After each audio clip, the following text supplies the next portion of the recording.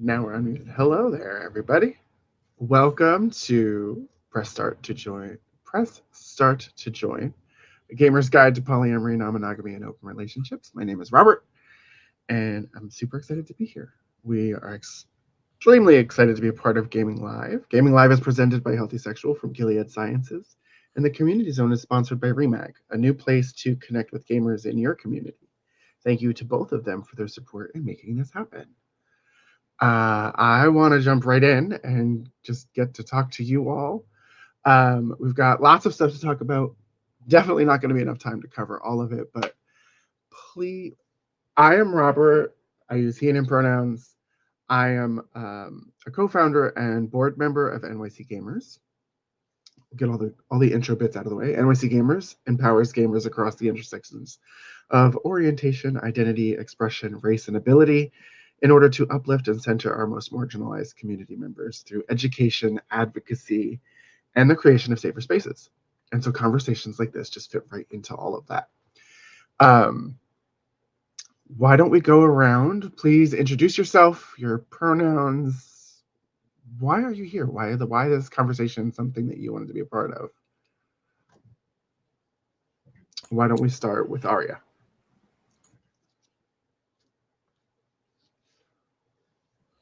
Hello, she, her. My name is Aria. I'm a co-founder at NYC Gamers as well. I work full-time at Housing Works, big gamer geek. I think I came to, part of why I'm here is because I came to the realization that I was poly some time ago. And I think it's a healthy conversation to have because it took me a very long time to come to the realization. And I think it was something I battled with for a while. And I think a lot of people battle with that because of, society's norms. So just happy to be here, happy to meet other people, realize I'm not by myself. So I will pass it to Ben. I'm Ben. I use he, him, and they, them pronouns. I am also a co-founder and the communications director of NYC Gamers. I'm here because I was asked to be. Just kidding. Well, yes, I was. That's the only reason you're here. I mean, I love talking about gaming and also relationships, so it's always a good spot for me. But I did not suddenly realize I was poly. I sort of tripped and fell and then rolled down a hill into poly existence and non-monogamy and open relationships kind of thing. So I figured that out over time, but it was something that kind of just sort of occurred in my life, and then I was like, oh, huh.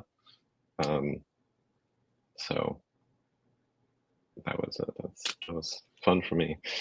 Well, thank you and welcome. Who'd you like to pass it to? I'll pass it to Rafi. Hey everyone, my name is Rafi. My pronouns are they, them, theirs. I am a co-founder and president of NYC Gamers, and I have been polyamorous and single longer than I've been polyamorous and in a relationship or relationships. So I think that I bring that unique perspective into the conversation, while also having experience talking to community about the what the differences are in folks who practice ethical polyamory, non-monogamy, and open relationships, compared to what are the intersections of those things, right? Mm-hmm. And how that shows up in our communities, especially with gamers. Right. And I'll pass it to Christopher. Hello, what's up? What it do, what it don't. My name is Christopher. My pronouns are they, them, and theirs.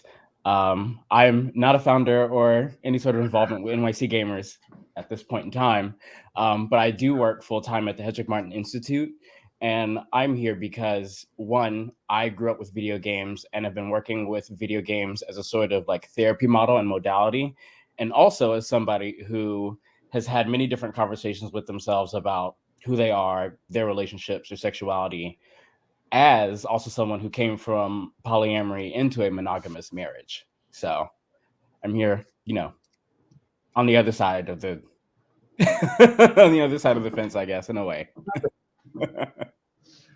I mean, I think that's a really interesting point, even just to start with, right? Like, you are someone who identifies as poly and you're in a monogamous relationship.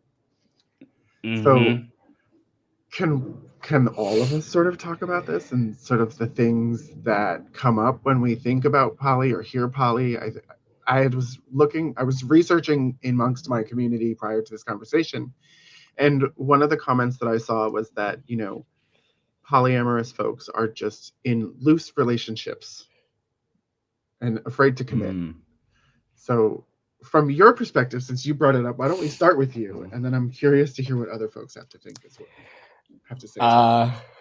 Even when I was in like polyamorous relationships, we were all definitely committed. Let me tell you, the Calendly, the Google appointments, the, you know, everything of the work that had to go into to make sure that everybody felt seen and safe.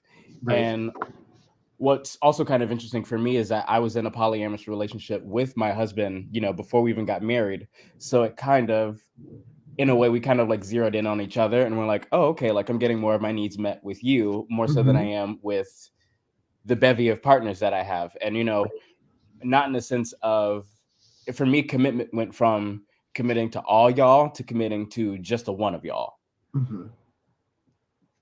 And it also kind of like speaks in a level because I feel like in polyamory, in a way of like also lets you like love different layers of a person. So in many ways that I love my one partner, I love him in a poly sort of way because like there's so many layers to this man. What do other folks think? Comments? I know for me, when I think about my relationship or my journey with relationships, right? In exploring, I know that the Yorkies are not acting up when I'm about to talk. Y'all heard me?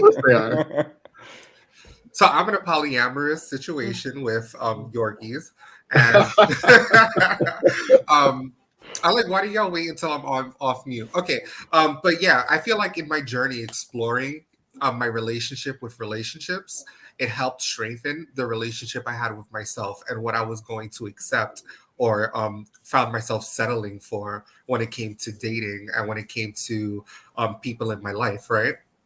It was through polyamory that I came to accept that some people who were in my friend circles meant more to me than just being my friends. They were my chosen family.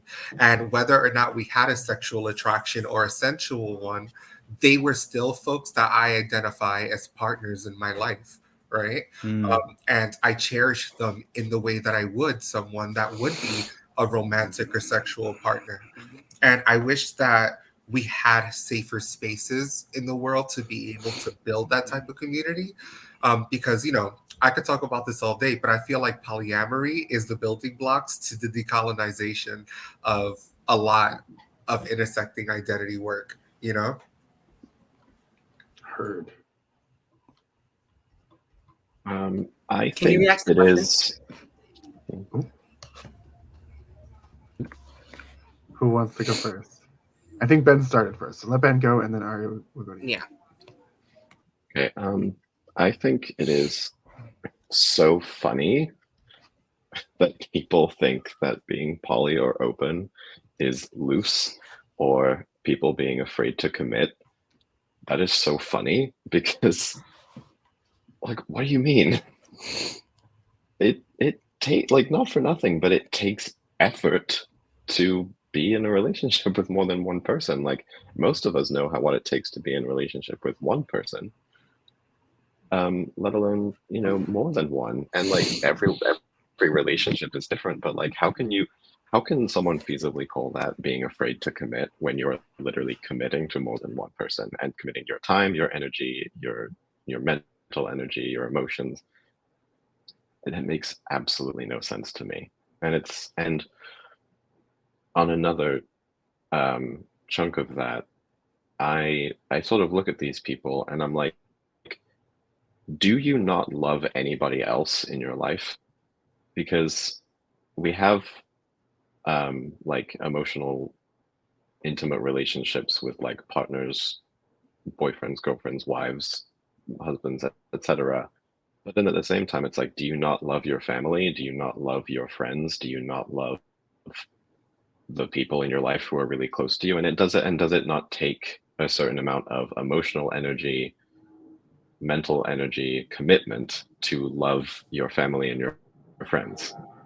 Like, it's so confusing where that comes from, because it's exclusively sort of, they draw the line at a romantic partner. And I'm like, do you not have friends that you love? Like, you tell me that you do not love your friends, and it's like, oh, well, it's not the same as a romantic partner. I'm like, is it not the same? Like, you're not kissing and going home to, I guess, like, cohabitate together, but you love your friends. Mm-hmm. So that's one of my biggest, like, pushbacks when it comes to people who are so, like, against the concept, because I know they know damn well that, like, the concept of love is something that is given to a whole bunch of people. Mm-hmm. This is the same thing. It's the same thing, frankly, in my opinion. Aria, what were you gonna say? Can you re-ask the question? Can I re-ask the question? So we're talking about, the idea that poly relationships or open relationships are just an excuse to be loose and non-committal. I've come to the realization, I think some people just would prefer to be lied to. I don't know. I feel like people would rather you lie to them. Some folks would rather be in a monogamous relationship or a monogamous relationship, right? And both, like, low key being quiet about what they're doing on the side than just Mm-hmm. like being honest about it and, like, saying that, and I've come to the realization that was just something I had to be honest with up front. Like, let people know, like, listen, like, love what you're looking for. I love that for you. I'm happy for you. You know what I'm saying? But, like, this is what it is. So, like, lay it out on the table. If this is not what you're cool with, this is not what you want, then by all means, you know what I'm saying? I want you to be happy. I don't want you to go 10 years into this and then, like, like, hate me or, like, resent me. You know what I'm saying? Or, like, or don't go into this thinking, like, oh, maybe I could change her over time, or maybe I could change it over time. No, that's toxic. You got to have that conversation with yourself and be like, okay, is this healthy for me, or is it time for me to leave? You know what I'm saying? So, push back in that, I think, being honest and just having that conversation, whether they like it or not, how they decide to handle that, how they decide to handle it is on them. But I've realized that some folks would rather just live in the delusion of what society calls a monogamous relationship, just to be happy and just to make others happy instead of making themselves happy. Yeah, I think that you bring up some really interesting points, because I know plenty of poly people who are in relationships where they don't want to know what their partner's doing all the time, or who their partner might be sleeping with all the time. And so they have to come up with rules, and they have to think about how they're going to communicate these things. And, part of the reason that we're having this conversation, and especially in the context that we are, is like, we all identify as gamers. We all love games. We all want to know what the rules of the game are. We want to beat the game, right? But there's no rule book for relationships. It does not come with the relationship. Like, we all have our own sort of list of requirements, and we have these rule books that we've created over time. But then when we start intermingling with other folks and building these other relationships, well, now we have to rewrite that. And so where do you find, I don't know, like, strength, source material, peace in creating these rules within the context of your relationships? Because I think, one, they can't be, it's just my perspective inserted here just a little bit, but you can't just say these are my rules and that's it, because then you never evolve. So what do you all do? How do you do it? I'm here. I have to just go close my door because the wind blew it open all by itself. It's funny you mentioned, so all right, I've been playing Baldur's Gate 3, right? And Baldur's Gate 3, you can play by yourself or you can play with friends, right? And I think that Baldur's Gate 3 is a very great kind of like segue into how we're having conversations about polyamory and how we discuss um, like the nuances of that, right? So the second night that Baldur's Gate 3 dropped, three of my friends joined me in creating a multiplayer campaign where we had conversations about who was going to be what race, what class, what our role was going to be. And the communication style around that was amazing. I think it speaks to how long we've known each other as friends, right? And that's not too far off from what the early building blocks of a polycule can look like, right? But then in action, right, we came across encounters because encounters are a mechanic of the game. Just like in life, we cross encounters, right? And you had one person who was on the other side of the map. You had one person who was interacting with NPCs. You had one person who was doing Lord knows what. I don't even know where I was or why. And suddenly we were all in this like combat and it was the total party kill and we all died. And we were arguing for a week about what happened, who was wrong, like how this could have been avoided, this and that and the third.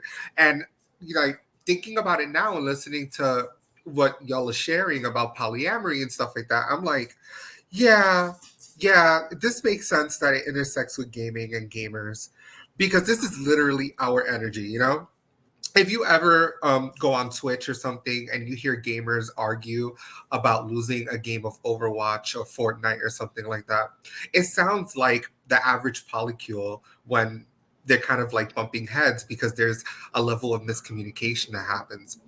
And then to kind of like land the plane on that, what I love about those moments is that it reminds me that the conversations that we have with more than one partner is not too dissimilar from the conversations we have with one partner, right? And I think it's important to explore that and to acknowledge that.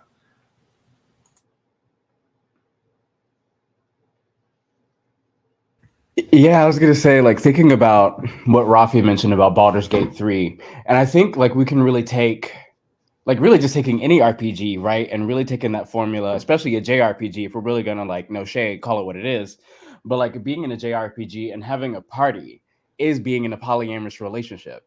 Like, to what Rafi's point was, like, yes, I know Aerith is in the party because I know she can heal us, but also I just love her around. You know what I mean? Like, in the ways where you could play a game where you could dismiss your party members versus keeping them with you. That's also a choice, right? Because, like, that's knowing, I'm gonna keep this party member around because they fulfill my needs. Or I'm out to let you go because, like, A, I can't, we're at max. B, I need something else. But it's really like getting into the minutia of like, what does polyamory mean in terms of like the choice of people that you keep around you? And even to like take it a different step, even when I was streaming Life is Strange too, right? And the main character is finding out about his sexuality as he travels, the PNW trying to get to where he's got to go. And seeing him trying to figure out his sexuality with many other different characters in the game could also be seen as polyamory in a way as well, because at the end of the day, he never really built just the one relationship. He had multiples.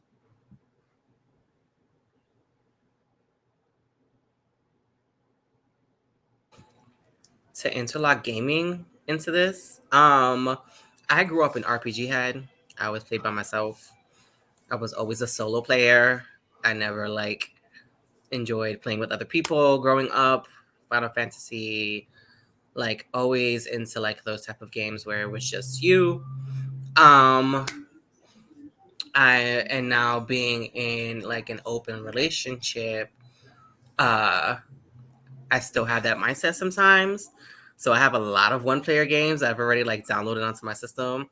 I have like the PlayStation like the most expensive freaking membership. They're ridiculous. But anyways, so like downloading all of those games and playing them, and I'm just like sitting here playing, and then my partner's just like, "Hey, I'm here. Like, can I play too? Like, what's up?" And I think I've always like also incorporated that into like my love life sometimes. Working on like being an affectionate person, working on being inclusive to my partner, you know what I'm saying? Making them feel like they are a part of that in gaming. So right now, unfortunately, I don't have like a second remote from our PlayStation, so we play on the Switch. So I'm learning to like be a little more open and not so closed off. I think I got accustomed to, like, when I game, I get so immersed into it, I lose focus on everything else around me. And sometimes I can go days doing that. And he's just like, after a day or two, he's like, hey, you're not in this room by yourself. Like, can we go get some air? Can we go, or like, can we play together? You know, so that is something I'm working on. And I think like us gaming together has actually really helped us understand each other better, and like how we game. So yeah. You know, it's Did you have because it's. anything?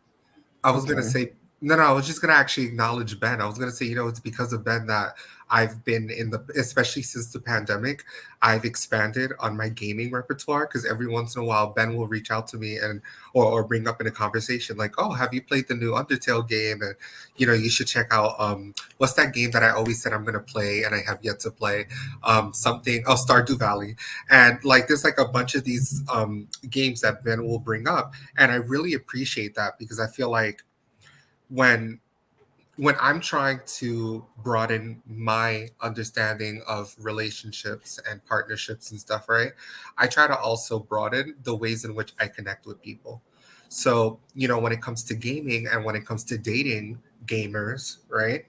I try to not limit myself by using exclusionary language like, oh, PC Master Race, I only play PlayStation games, only this, only that, right? I try to explore language like, I'm not the biggest fan of fighting games, but I'm down to be a player too. Like, show me a couple of combos, this and that and the third. And I think that's why I love whenever I see gamer relationships happening. But even more so in my experience with being in a room full of people who are poly or like, open, etc. Right? Gaming is such it's such an important foundation in what connects people, and I love that. Yeah, and I just want to give like acknowledgments and appreciations to you, Ben, because you've always been an inspiration of those connections for me. You got Robert to play more video games than I could.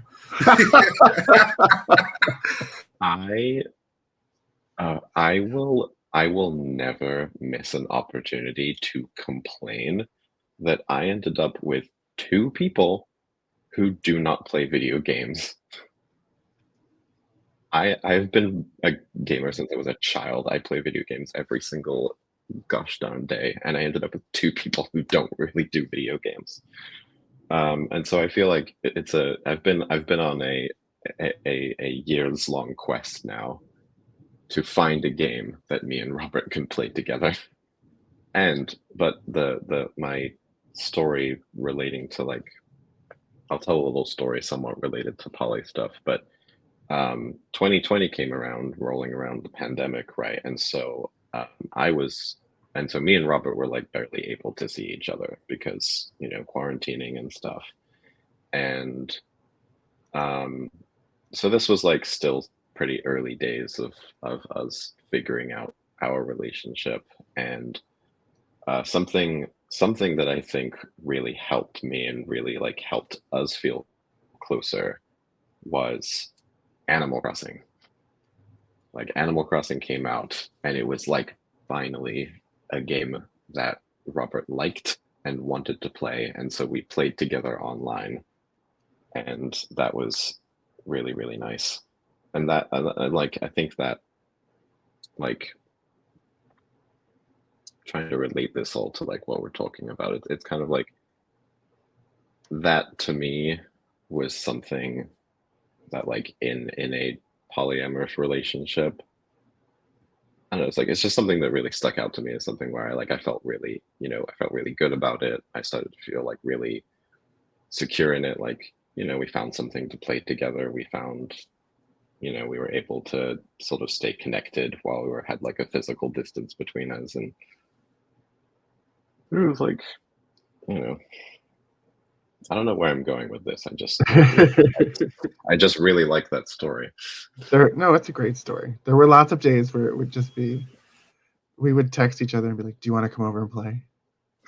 Because that was the extent of how we were able to visit one another, was just to meet each other in the game. And so it was a really helpful and a happy memory.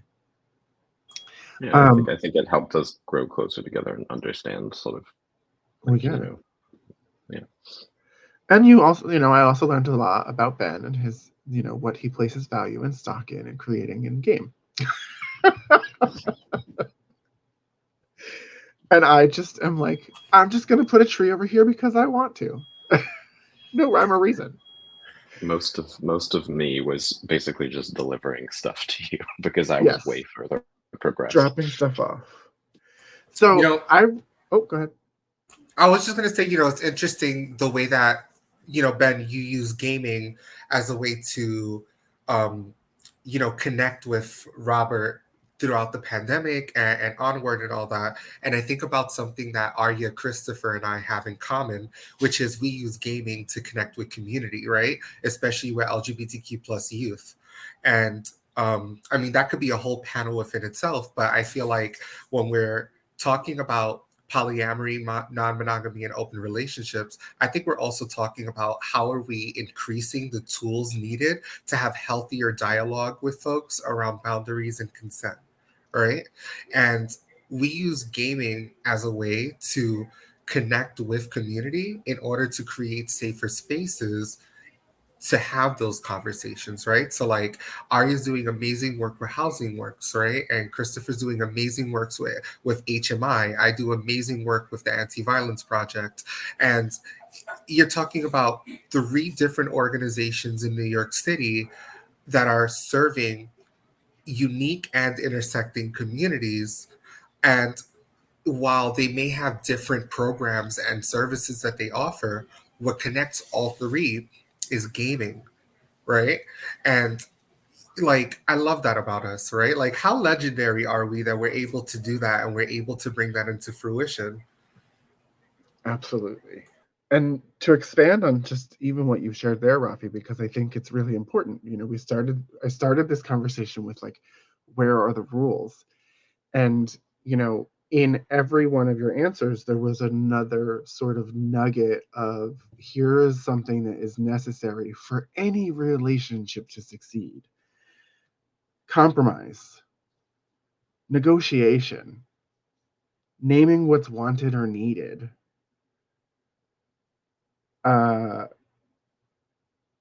open and honest communication, fun. Right? Like this is just like the things that I was jotting down as y'all were talking, right? And so there are so many, like, we put so much pressure on all of these things in our relationships, the type of relationship that we have, the type of relationship that we want, the person that we aspire to be, the games that we wish would be created, the games that we play, the games we go back to. And that can be true in game and it can be true in real world. And, there is no one way to do it. It doesn't matter. You could put 50 monogamous people in a room and all of their relationships are going to be different. There might be some similarities here and there. We'll find places that we do. And then there'll be things that absolutely we don't agree on those things, right? And so I really appreciated just sort of hearing all of that sort of coming through and just the ways that you were responding to questions. So now here's something that I wanted to bring up because it's always a powerful conversation. But I want to talk about jealousy, especially because we only have 15 minutes left to talk. And so this might take up the whole time, but I want to talk about jealousy. And so I'm curious because this can come up in all kinds of ways, not even just our relationships, right? Maybe your partner is playing more games than they are spending time with you. Maybe you're jealous of your system. Maybe you're jealous of other things, but I want to talk about it. So are you a jealous person? Do you consider yourself a jealous person? Have you been in relationships with jealous people? How does it show up? How do you mitigate it? What do you do? I mean, I'm jealous that Christopher plays more games than I do and finds the time to do it. I'm like, you better, you four-dimensional legend. I see you. Christopher will text me and be like, girl, you played this game yet? And I'm like, how are you playing it? How are you already like halfway through the story? What is going on? What am I doing wrong? Like, I have to question myself in the narrative. And I love that for you. Baby, I am in a working relationship with my Steam Deck and my husband. And the work, right? So I've got a client in front of me, but I am busting it down on Diablo 4 because we got to get through this season. But like, I don't necessarily feel like I am a jealous person, but I have been around jealous people. And it's always about like levels of access. And it's always like, oh, like you might have a feeling about you not getting the level of access someone else might not be getting, or like the console might be getting. Mm-hmm. And that is the invitation. That's clearly the invitation that, oh, you want to be up in my energy. Let me invite you in and see if this is worth my, the rah-rah, Right. And I'm jealous of like the fact that I'm surrounded by people who have partners, right? And what does that mean to be someone who's single and polyamorous, right? When I have these conversations with community, and they ask me like, what does it mean for you to be polyamorous, right?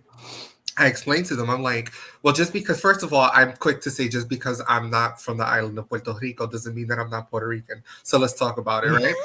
I'm like, baby. But also, I let folks know I'm polyamorous, and it is a part of my identity. It's a part of my truth because I have the capacity to be romantically, if not sensually attracted to one or more persons. And that starts with me. Mm-hmm. Because I'm a strong believer that you need to have a solid, healthy relationship with yourself before you include anyone in the narrative, right? And then I'm surrounded by people who have partners, whatever that means, however they define it. Shit, half of the board of directors of NYC Gamers has some level of partnership. And I'm over here like, hey, y'all, we should do a dating event. And we should do a mixer. Because my single ass, and like, I'm coming on and off the apps. I don't know which way is up. I don't know what's going on. I miss Pokemon Go and like, but I love jealousy because it took a long time for me to accept that jealousy is a normal and healthy emotion. And it's a really great way for me to reflect on what's going on that I'm not checking in on myself with. Shameless plug. If y'all want to date Rafi, you need to do an audition process. There's an application. We need to vet you because no shade. The panel of judges is right here. If they don't call you legend at the end, you haven't made the cut. That's next year's panel. Work. All stars. For sure. At least 3 stages of interviews. At least. Yes. Question number 1. Do you like soup dumplings? Oh. Because we all here, right? We're all in a polyamorous relationship with soup dumplings. Polyamorous relationship with every Asian cuisine restaurant in New York City. That's why they have no time for another partner. They're in a new love relationship with dumplings from different restaurants every week. This is true. Yeah. Work. Rafi, I'm jealous of the amount of time that you spend with soup dumplings and not with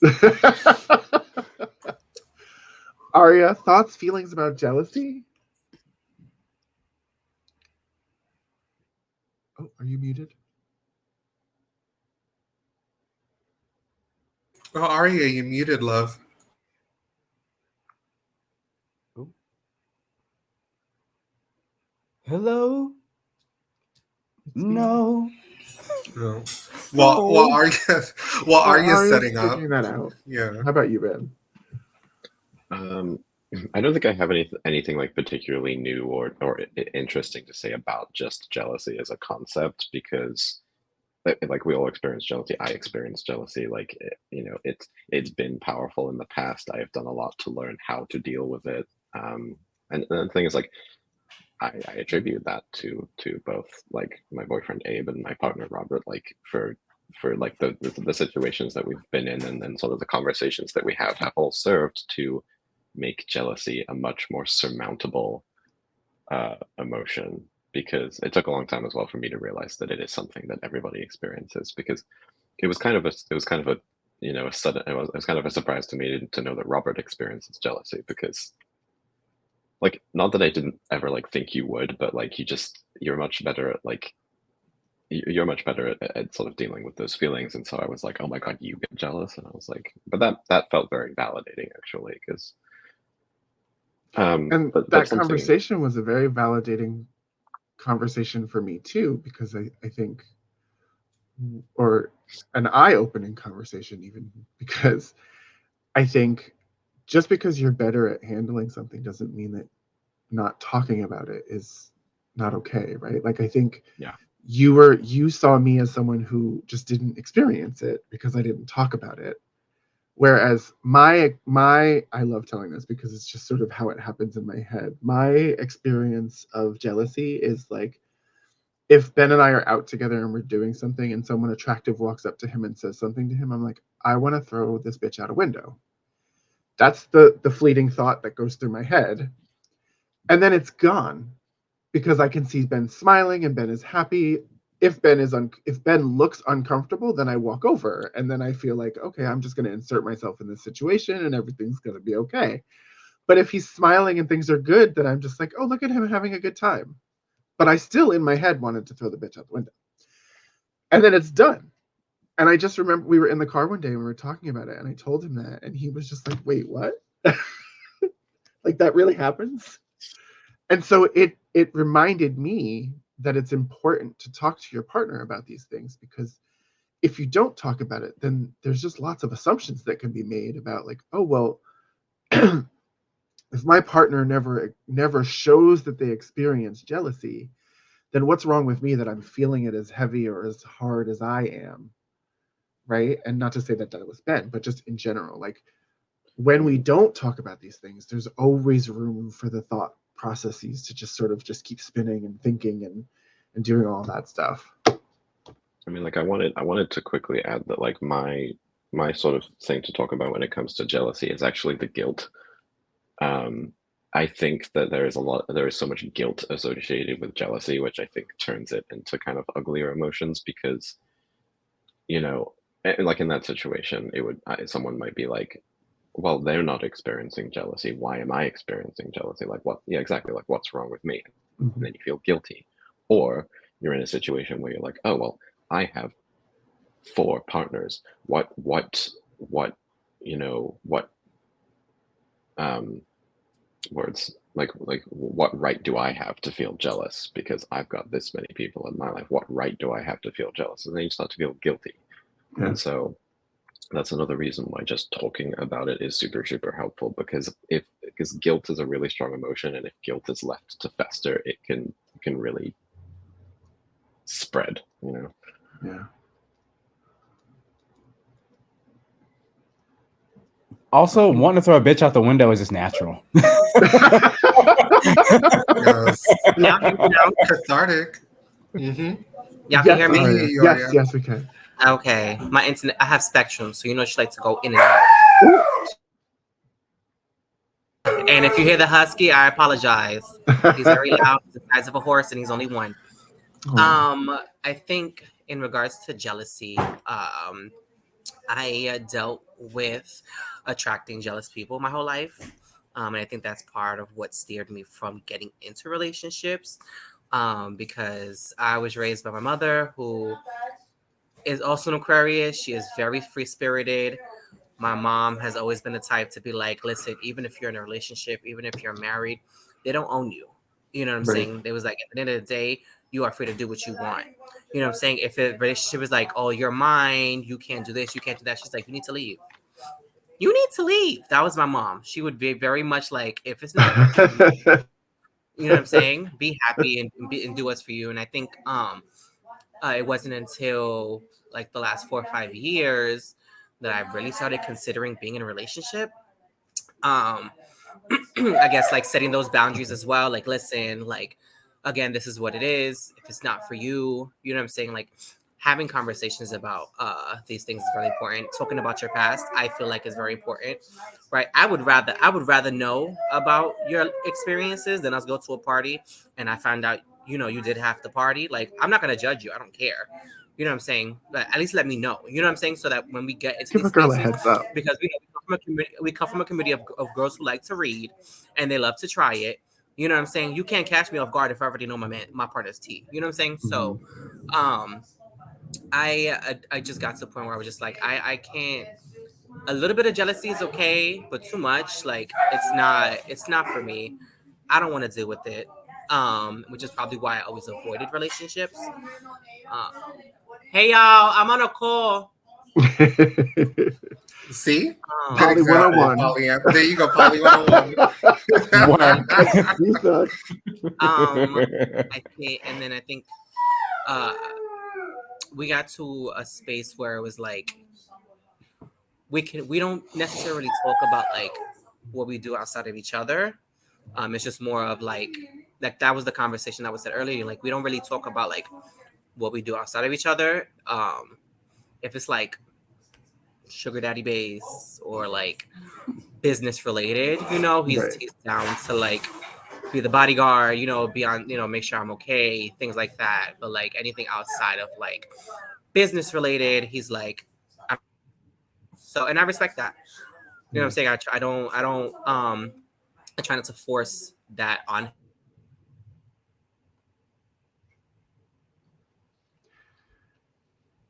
Oh, I think we're having some more technical difficulties. But thank you, Aria. We have just a few moments. We got less than 3 minutes. So very quickly, just go around, tell people where they can find you. Thank you all so much for being here. Any final thoughts? Keep it under 20 seconds. Go. NYC Gamers, where the Y in Gamers means you belong. Follow us at official NYCG on all social media platforms. You can find me at Rafi Regulus on all social media platforms. And polyamory starts with you. And I'll pass this to Ben. Also, same for NYC Gamers. You can send us an email if you're interested in volunteering or helping out or joining our cause. Please let us know, because we're looking for more people to come do stuff with us. My final thought is talk to each other. Talk to each other. Yeah, exactly. That's it. Okay. So you can find me at the Christopher XP on Instagram. Otherwise, I'm known as Christopher Fury on Twitch, pretty much every other platform. I'm also affiliated with NYC Gamers in a way, so you can also see me at events. I'm also really affiliated with Coexist Gaming on West 38th Street. Come and see us sometimes because we all coexist. My final thought, regardless of that relationship, still beat them in Overwatch 2. Let them know. Let them know. The hierarchy starts with you.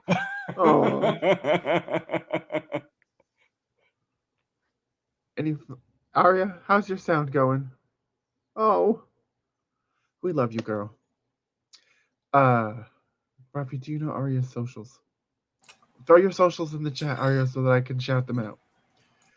I am Robert Lopez. You can find me online at Robert Tony Lopez, most places, or Papa Bear PX on Instagram. Thank you so much for being here. Thank you all for being here, and thanks for watching. Thank you for being live, for having us, and thank you to Remag for sponsoring this session. If you haven't heard, anyone who signs up for Remag and joins the gaming community before the end of October, it is in with the chance of winning a Xbox Series X. Make sure to scan that QR code. Oh, I see the excitement. Go ahead. Thank you so much for all of you for being here.